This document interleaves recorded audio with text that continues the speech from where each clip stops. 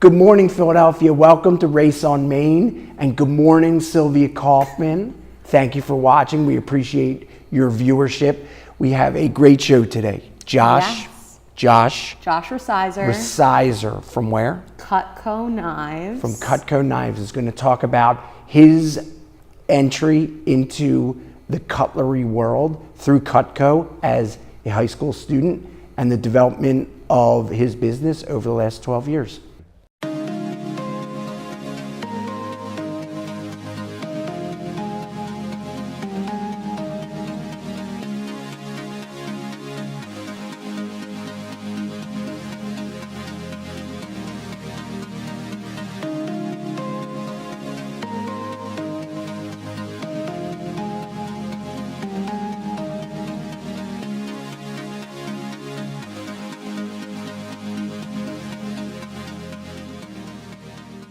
Good morning, Philadelphia, and welcome to our latest edition of Race on Main Street. We have a great show for you today.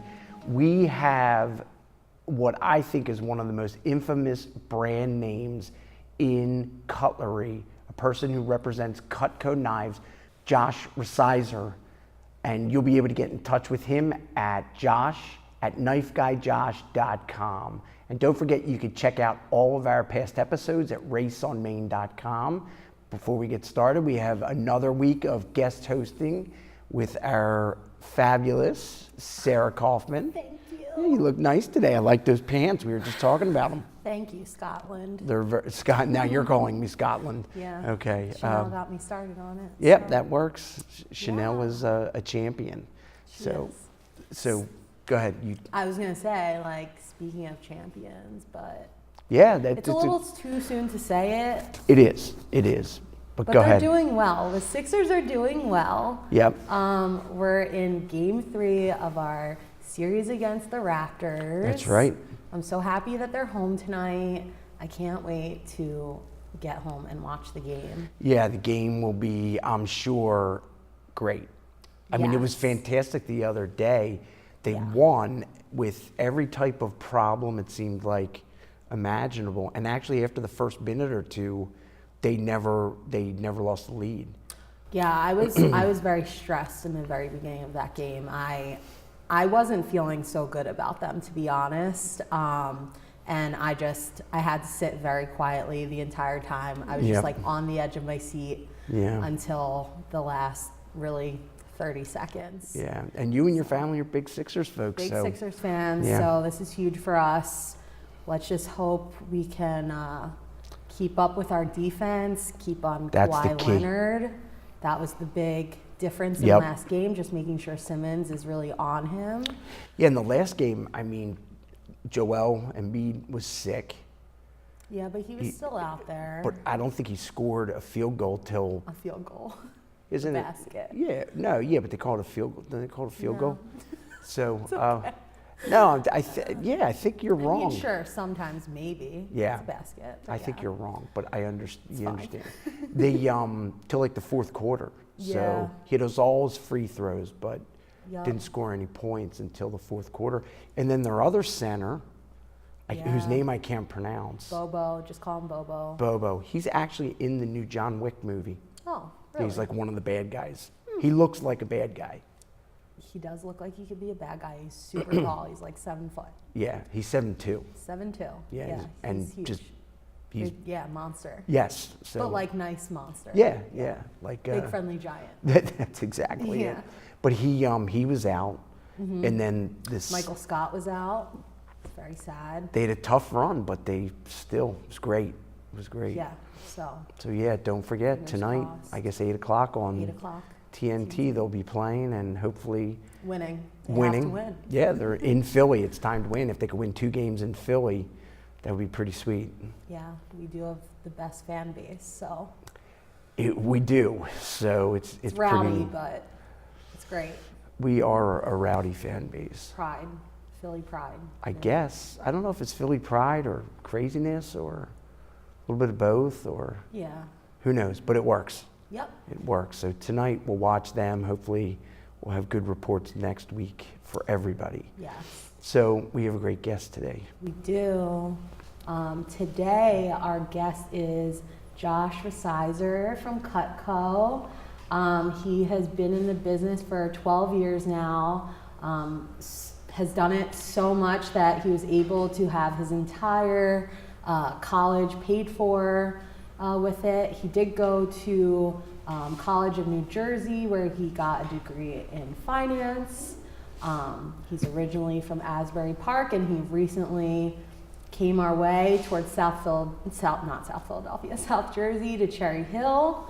And yeah, so we're happy welcome. to have you. Thank you for having me. Yeah, we appreciate you coming very much so. So everybody, I don't know anybody who doesn't know Cutco Knives. It is a name that is so well known out there. I think primarily because of how they've gone about marketing, which has been brilliant. How'd you get into this industry? Yeah, so it started like 12 years ago. I remember I was 17 years old, and I was in my senior year. I was just graduating my senior year of high school. And at the time, I didn't come from a family with a tremendous amount of means. We did all right, but I just knew going into college that either I was gonna pay for it or I wasn't going to college. So at the time I was working at Dunkin' Donuts, Staples, and CVS all at the same time, just trying to make as much money for college as possible. And July rolled around that summer, and I remember getting a letter in the mail from this company called Vector Marketing, which was the company that recruits the college kids to sell for them, for Cutco. And I remember I looked at it and I was just like, whoa, $17 base pay. And I remember showing it to my mom, and she was like, who the heck is gonna pay you $17? I was like, I don't know, Mom, but for that kind of money, I gotta at least go check it out. I was making minimum wage, stocking shelves, mopping floors at the time, just doing whatever I could. And I remember making more money my first paycheck with Cutco around all my 3 other jobs than I did my other 3 jobs combined the rest of the month. So I was like, I think I'm gonna keep doing this. Yeah, let me keep at it. Yeah. So that's what lit the fire, that one piece of marketing brochure that they sent you about what they had to offer. Piece of direct mail, yeah. Yeah, and it went from there. That's interesting. So what? So you did keep going. You obviously did that before even college started, and then take it from there, because I'm curious to see where this goes. Yeah, so I got promoted to become what's called a branch manager with our company, where I got a chance to run like a summer, like it's not really an internship, but basically for a summer I got to do be a recruiter for a summer. And I ran one in Cumberland County, New Jersey, way down in South Jersey, and then I ran one a couple summers later in Freehold, so I had like Western Monmouth County. And that was a pretty cool experience. It was pretty cool getting an interview for other jobs and then being like seeing that on my resume. Right. So that was awesome. While I was in college, I sold probably about $800,000 worth of stuff. Wow. And as a result, I got enough scholarship money from them between like my regular pay and the scholarships to pay for my whole college education. So that's pretty nice, seeing most of my friends drowning in student loan debt. Right. So let me interrupt you for a second, because this is something that I didn't know anything about, and it's interesting to hear you talk about this.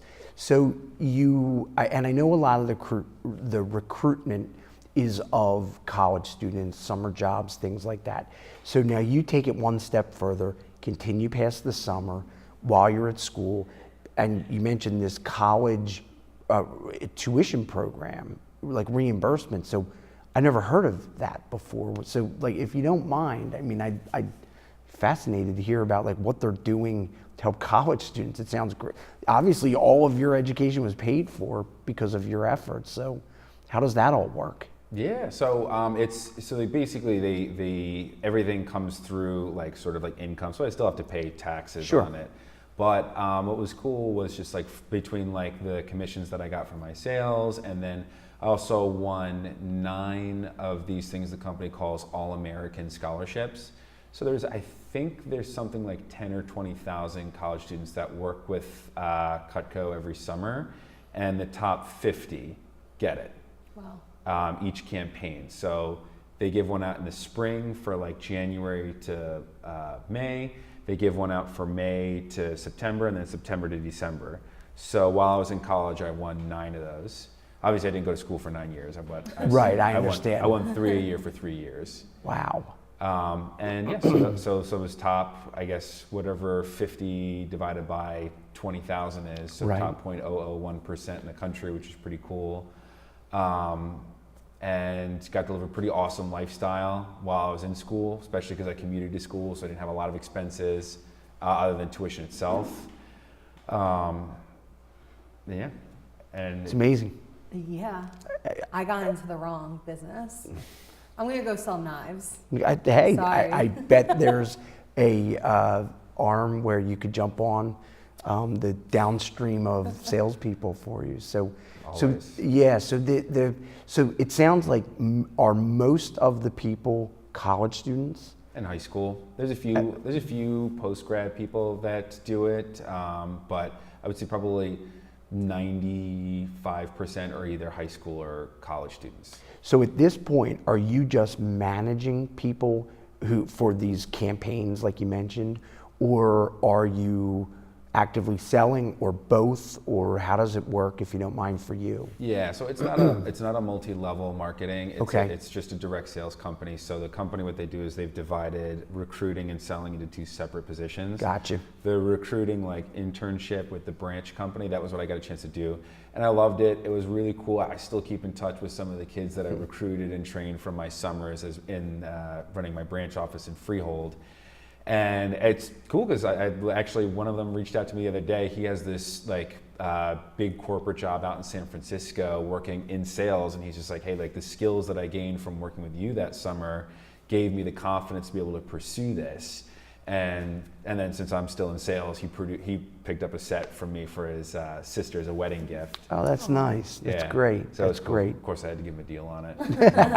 There's always a deal to be cut, right? Of course, always. I see what you did there. Hey. You don't even see what you did there. I know what I said. Let me sharpen my pencil. Yeah, right. Exactly. Exactly. So he ends up reaching out to you. So you're having these contacts that have stayed in place. That's kind of nice. Oh yeah, we've got, since there's so many people that work with us, I mean, I have contacts at Square, Microsoft, Price Waterhouse, Cooper, Dell, tons of companies that if I chose to leave where I am, which is I'm basically like a small business owner. I have a marketing budget at this point. I have people that work for me, but I don't recruit salespeople. I leave that to the recruiters. Right. I have staff. I have like an assistant and a person who helps me with my social media, stuff like that. Right. It's like any other small business. Yeah. Through them. So now, because Cutco knives, and I will say this, I was mentioning to you earlier that one of my brothers had sold them same kind of thing. Vector Marketing reached out to him one summer, many, many years ago. He's a little bit older than both of us. And he decided, that he was going to do that. My parents have a handful of knives from Cutco that we still have that are 30 years old. They're awesome. They're just spectacular. So it doesn't seem like, from a repeat standpoint of business, do you not get much of that? Are you always looking for new people, or is there repeat business? Because if the knives are so good and you never need to replace them, I'm assuming that some folks decide that they want some other piece of cutlery equipment, and then they can order them. But overall, is it new sales? Is that where it's primarily coming from? So I'm always prospecting for new customers, but at this point I have a book of customers of over 7,500 customers at this point.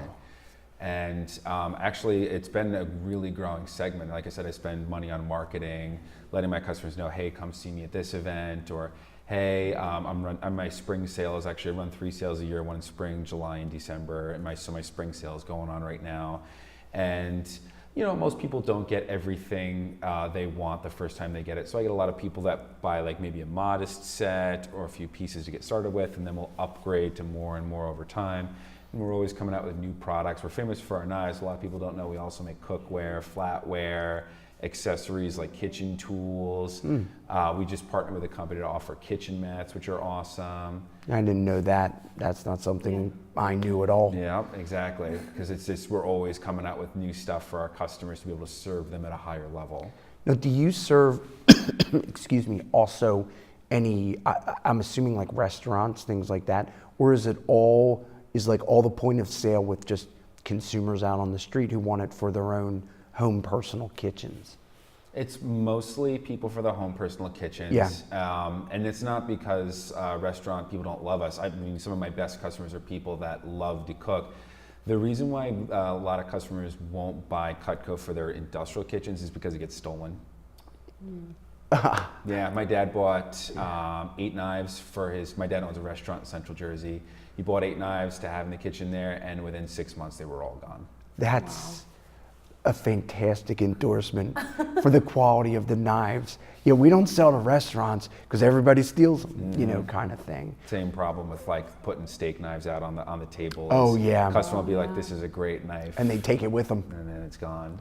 Oh, that's interesting. I never would have thought of that. Yep. You're too good for the market almost, Yeah, but to some extent. we do really, really well with home customers. I mean, you Sure. think about like not everyone owns a restaurant, but everyone has a kitchen. Right. It's true. Yeah. Go ahead, please. Yeah, so since it is a direct sales company, what's it like day in the life of a direct salesman? Sure. Knife. So Singer. my business is very, very unique from most people's businesses because I've been around for so long and I have so many channels and layers that I've developed over time. With most college kids, the way it starts out is they start off with people that they know. That way we're not sending our college kids into strangers' homes. So like for me, when I first started, my first customers were mom and dad, who the only reason they even let me do the job was because it was Cutco. I remember telling them about the job and they were like, "We're gonna be selling knives in people's homes. Like, what does that even mean?" And my dad was just like, "What is this product anyway?" And I was like, "It's Cutco." And my dad was like, "Oh." And then he went into the drawer and he pulled out a spatula spreader, which is one of our products. He's like, "These are freaking awesome." It's great. And he's like, "Well, at least now I know you're selling a good product." So my parents had a small set. They upgraded to the whole thing when I got there. I saw my 2 best friends' parents and I see 2 of my neighbors. And I asked for referrals from them, and I think they gave me about 10 each. And I just sort of networked out from there. I remember one time when my sister needed a ride to the mall. She's 3 years younger than me. And she was like, "Josh, can you give me a ride to the mall?" And I was just like, "I'll give you a ride to the mall if you give me your friends' parents' phone numbers." And that's how I networked into because I knew I had a lot of friends. My hometown, we grew up, Monroe, is kind of split. Like the southern part where we lived was kind of lower middle. And then the other half of town, the north part was upper middle. And I was just like, that's where I want to be. and I knew her friends lived on that side of town. My friends lived on the other side of town. So that's how I networked over to there. It's great. So when you go out for a demonstration, we all understand what, the use of a knife for, you're eating a meal, cooking, whatever it might be. What's the demonstration look? I've never seen one. So I'm assuming, and maybe I'm wrong, that you don't bring necessarily food with you, but maybe you do. So what does that all look like? You come to my house, you got knives to talk about and sell. You got to demonstrate them. How do you demonstrate them? Oh, it's awesome. It's a great question. It's one of my favorite things to do. Okay, all right, good. And the one that I do in home is a little bit longer than the one I do. I sell a lot of stuff at events now. Sure. So I have set up at the Red Bank Street Fair, or I'm going to be this weekend at the Hackettstown Spring Festival in New Jersey. But as far as the demos that I do, so one of the things we have customers do is when we come into the home is we'll have them grab their favorite knife that has a straight edge on it, and we'll have them grab their favorite knife that has a serrated edge on it, and we'll be like, "All right, here's a piece of rope, 1/4 inch thick. What I want you to do is I want you to cut it with your straight edge first." And it cuts after about 40, 50. Sometimes customers have really crappy knives and they just can't make it through. And we give them a mercy kill. We're like, "All right, you can stop, Mrs. Jones." Yeah, you're good. Then they grab the serrated edge and it cuts, but it's this really nasty, jagged cut that doesn't leave, you wouldn't want your food to look like this when you're done. Then we have them take a Cutco knife, which has a really unique edge called a double D edge on it, and it cuts through cleanly in one stroke. Really? Huge difference. Wow. That's crazy. Mm-hmm. And it's a really, really cool demo. And it's funny when customers do it, they're like, oh man, what is there, a lightsaber on the end of this? That's what I'm thinking like there's a laser. Yeah. You're cutting with lasers. Nope, good old fashioned American made steel. That's great. So that's the one. So that's the one demo that we do. Then what we'll do is we'll have them. I normally don't bring food because I just don't find it's necessary. Right. Newer reps will bring food because they tend to lean on the quality of their product a little bit more than their actual ability to communicate value. But but the next demo I do is I have them cut leather, and that's where we take the steak knife. Right. And same type of thing. I'll have them try and cut through a piece of leather with their steak knife, and maybe it cuts, maybe it doesn't. Either way, it's not impressive. And then I have them hold our steak knife in place, and I literally just pull the piece of leather up, and it just splits it cleanly right in half. It's amazing. I mean, the quality of the knives, there's no contesting it. Mm-hmm. That's for sure. It's unreal. You just happened to mention something that I think is kind of neat. You said that it's all American-made steel. So you can feel, as an American living here, wanting to support, you have the ability to purchase these products that are all made, manufactured, everything right here in the United States. Mm-hmm. It's awesome. Yeah. Yeah, we're the, as far as I know, we are the only American-made knife company left. Chicago used to be made in the U.S. They've moved overseas. And there's other great brands out there that you can buy that are made in like Europe and Asia, but I don't for me, like coming from like red-blooded American like families where like my dad made his living, in a restaurant. Right. The idea that I can work for a company that's giving jobs back is huge, and all the knives are made in this little town in upstate New York I've been to called Olean. It's out by Buffalo. And like half the town knows us, and if it wasn't for us and this one other company that builds like airplane engines, like the town wouldn't exist. So you guys provide all those jobs in that area. It's nice. I didn't realize that. That's a nice little tidbit of information that I bet a lot of folks don't know. Yeah. It's pretty neat that's. I've gotten a chance to tour the factory a few times, and it's really just amazing the amount of gratitude that these people have for what we do. It's nice. They're like, "Thank you so much. Like, if it wasn't for you, I wouldn't be able to support my family." And I'm like, "Thank you so much. If it wasn't for you, I wouldn't be able to go to college." You're right. So. Everybody gets to scratch each other's back, and it works really well. Yeah, that's fantastic. That's neat. It's nice. It's funny, blue-blooded American, right out of Asbury Park area. Mm-hmm. Talked about that, Bruce Springsteen. Yeah. Represent. Yeah, there you go. So he'd be proud. Yeah. When it comes to the products, what's like your most purchased set or just piece? That's a really great question. I see a lot of people that already own Cutco. So a lot of them will already have like the basic tools already. So one of my favorite individuals to sell, weirdly enough, is called the cheese knife. Okay. It's this knife that has like eye holes in it. And it's really great for I do a lot of avocado, and so the avocado doesn't stick to the sides of the blade because of the eye holes. Same thing with cheese. And then it's real good for a potato because instead of getting stuck halfway through, the eye holes break the vacuum. So it's great for sweet potatoes, yams, cores of apples. I've got 3 of them. And as far as sets go, probably it's close between either what we call our basic set or our homemaker set, and then our family set, which is also known as a signature set. I have the complete set. I've got the whole thing, a little spoiled. But it's just kind of like when I go through the process with a customer, my objective isn't necessarily to sell them everything that I think that they could afford. My objective is okay, so how can I set this customer up where it's a win for everyone, where they're getting an awesome set of knives that fills all of their needs, and I can do it in a budget that works for them.